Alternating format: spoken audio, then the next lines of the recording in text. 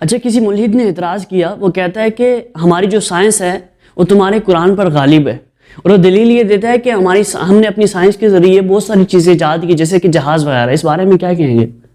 کہ آپ نے اگر جہاز بنایا ہے اور آپ جہاز بنانے کے بعد فلائی جہاز جو آسمان پر اڑتا ہے، اس جہاز کو بنانے کے بعد آپ اس چیز پر فخر کرتے ہیں کہ یہ جہاز ہم نے بنایا اور یہ آسمان پر اڑتا ہے،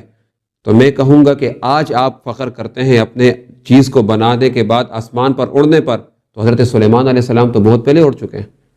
تو یہ تو قرآن نے پہلے بیان کر دی ہے۔ تو آپ کس منہ سے کہہ سکتے ہیں کہ ہماری سائنس قرآن پر غالب ہے؟ آج اگر آپ اڑنے کی بات کرتے ہیں اور اتنی محنت کرنے کے بعد، اور وہاں پر فرمایا قال رب اغفر لی وہب لی ملکا لا ينبغی لأحد من بعدی، فرمایا سلیمان علیہ السلام نے اپنے پروردگار سے دعا کی، فرمایا رب اغفر لی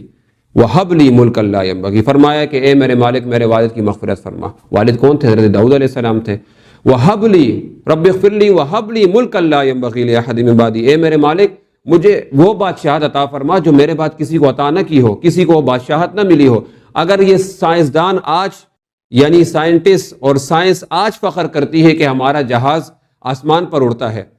اور فخر کرتی ہے اس پر، تو ہم یہ کہتے ہیں کہ ہمارے قرآن نے سلیمان علیہ السلام کا ذکر پہلے بیان فرما دیا، فرمایا فسخرنا لہ الریح تجری، کہ ہم نے ہواؤں کو ان کے تابع کر دیا۔ تو تم تو یہاں اتنی محنت کرنے کے بعد وہ کرتے ہو، وہاں ہوا ان کے تابع ہیں، تو آپ کا یہ اعتراض بھی باطل ہے۔ اب